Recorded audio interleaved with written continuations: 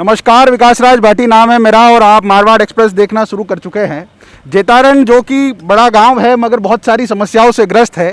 बार बार कई बार मुद्दे उठाए जाते हैं जनप्रतिनिधियों द्वारा, मगर प्रशासन जो है एक छोटी सी अनुशंसा पर छोटी सी कोई ना कोई मान मनमार करके वहां से चला जाता है। मगर इस बार मुद्दा थोड़ा गर्मा गया है। जो जनप्रतिनिधि है, खासकर जेतारण के जो विधायक है श्रीमान अविनाश गहलोत, वो 3 दिनों से जेतारण के इस गौरवपथ रोड के एक साइड रोड में कोरोना की गाइडलाइन को फॉलो करते हुए धरने पर बैठे हुए हैं। प्रशासन पता नहीं कौन सी मनसा बनाकर बैठा है। पिछले 1 दिन 2 दिन 3 दिन से गाँव से अलग अलग जो भी जनप्रतिनिधि है भारतीय जनता पार्टी के, वो भी आ रहे हैं, धरने में साथ निभा रहे हैं, मगर प्रशासन अभी तक नहीं आया है। हमारे साथ विधायक साहब है, विधायक साहब से जानते हैं कि इस धरने का मूल उद्देश्य क्या है और कब तक ये धरना चलेगा। सबसे पहले तो जिस प्रकार से ये आज धरने का तीसरा दिन है और जेतारण विधानसभा क्षेत्र की 12 सूत्रीय जनहित की मांगों को लेकर हमने पिछले सोमवार को मतलब 14 तारीख को हमने उपखंड अधिकारी को ज्ञापन दिया था माननीय मुख्यमंत्री जी के नाम का। और हमने उनसे ये निवेदन किया था कि आप जो हमारी जो समस्या जो बहुत पहले से चलती आ रही है, अगर उसको 7 दिन के अंदर हमने अल्टीमेटम दिया था कि समय रहते अगर आपने उसका समाधान नहीं किया तो फिर हम लोग इसी उपखंड कार्यालय के बाद धरने पर बैठेंगे।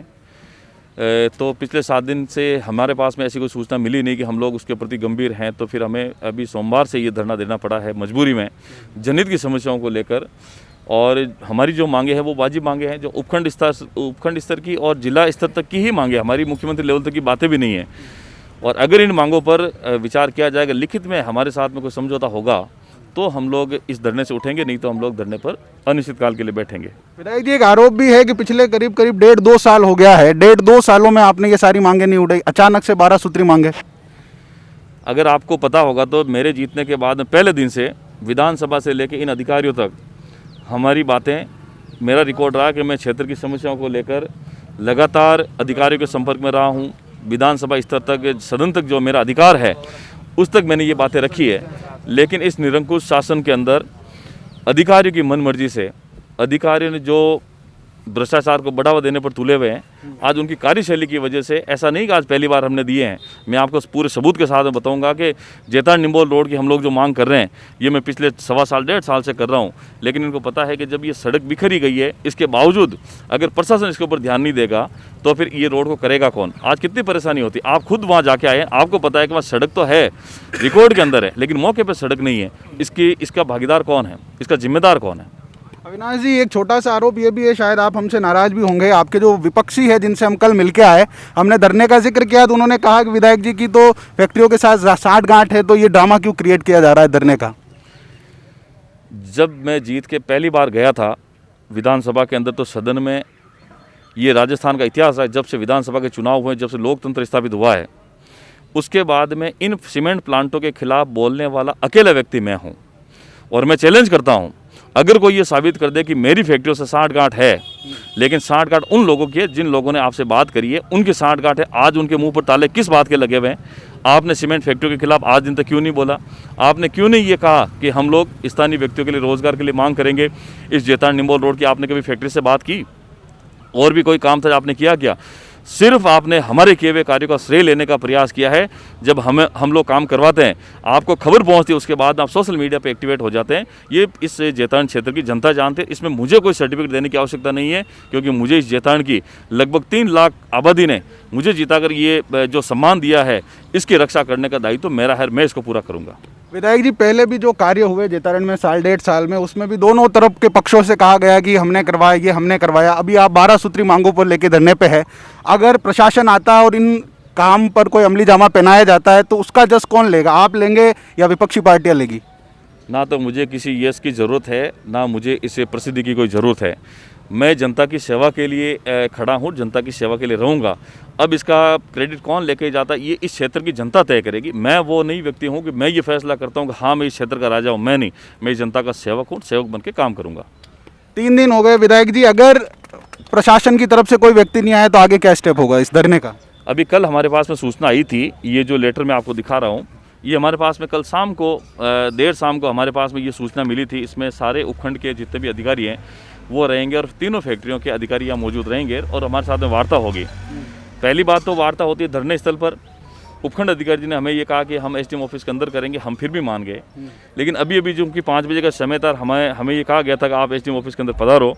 हमने कहा था कि हम कम से कम 6-7 कार्यकर्ताओं के साथ में जाएंगे, तो उन्होंने कहा कि नहीं आप अकेले आ सकते हैं। तो फिर हमने मना कर दिया कि हम अकेले नहीं आएंगे, क्योंकि मैं अकेले व्यक्ति नहीं हूँ, मेरे साथ में जो ये कार्यकर्ता जितनी जनता है, तो उनको साथ लेके काम करेंगे, तब जाके हमारी इस धरने की सार्थकता होगी।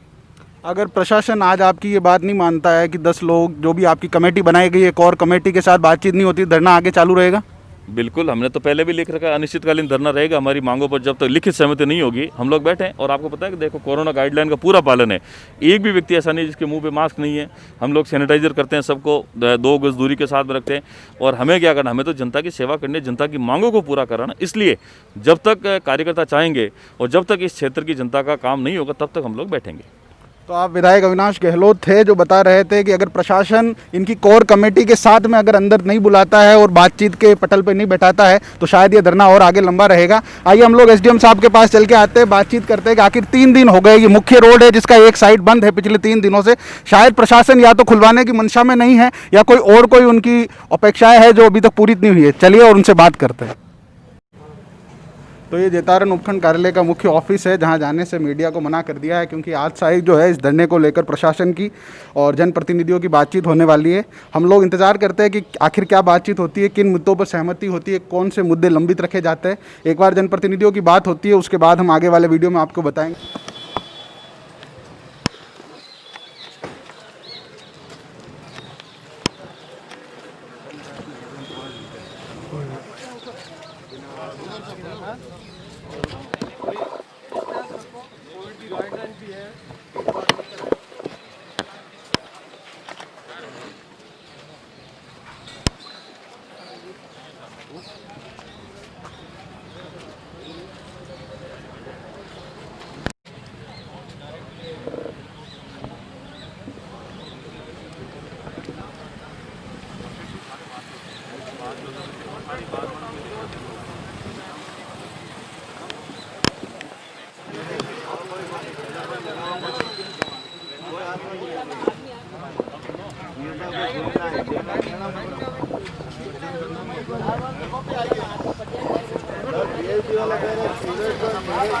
जैसा कि हमने आपको दिखाया कि एसडीएम साहब के पास जब हम कैमरा लेके गए तो उन्होंने बातचीत करने के लिए मना कर दिया, और उसके बाद ये धरना प्रदर्शन की इस जाजम पर आके बैठे हैं।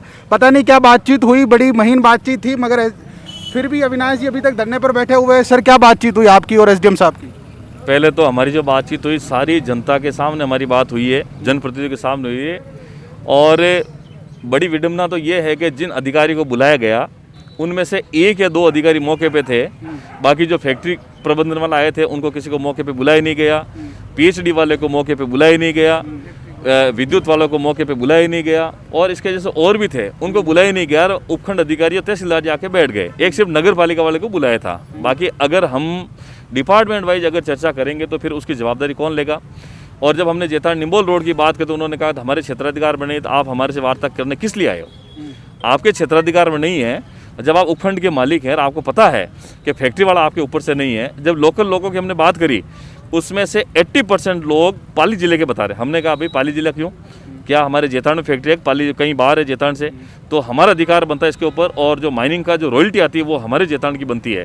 इसलिए ये जो वार्ता हुई है ये मुझे लगता है बेमन से वार्ता प्रशासन के द्वारा की गई है, और उसको हमने सिरे से खारिज कर दिया कि इस प्रकार की ये बेमन की जो वार्ता है ये सफल किसी सूरत में हो नहीं सकती। जब तक अधिकारी का मन साफ नहीं होगा, जनता के प्रति सकारात्मक रूप नहीं होगा, तब तक ये वार्ता सफल नहीं हो सकती। ये क्या अहंकार है कि कुछ अधिकारीगण जो है वो अंदर बैठे थे एसडीएम ऑफिस के अंदर, फिर भी वो आपकी जाजम तक नहीं आए?